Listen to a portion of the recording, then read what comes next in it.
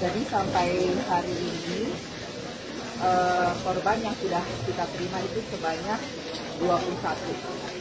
Ya, 21 kemarin 5, hari ini 16.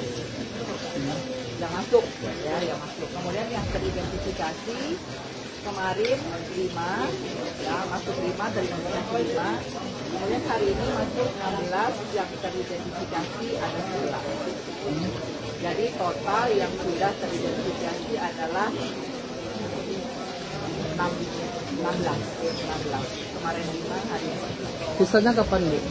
Sisanya ini masih ada tersisa 5, tapi akan kita lakukan proses identifikasinya besok pagi. Jadi hari ini kita selesaikan yang 11 ini, kita serahkan ke keluarga, sisa 5 kita selesaikan besok pagi. Jadi rekan-rekan Ada kendala, Bu? Untuk kendala insya Allah sampai saat ini tidak ada.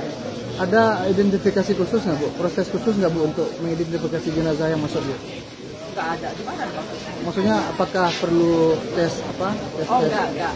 Sementara ini seperti yang 5 kemarin, memang sebagian besar teridentifikasi melalui sidik jari. Yang kemarin pakai alat manual itu yang langsung connect dengan KTP di database.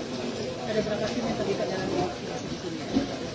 Timnya banyak ya. Jadi tim di sini dari Indokes sendiri ya, di Polda Sumbar beserta Rumah Sakit Bayangkara. Kemudian dari Rumah Sakit Ahmad Musa tidak pasti ya. Kemudian dari 4 Polres, Indokes dari 4 Polres, dari Polres Bukit Tinggi, Polres Tanah Datar, Polres Agam, dan Polres Padang Panjang.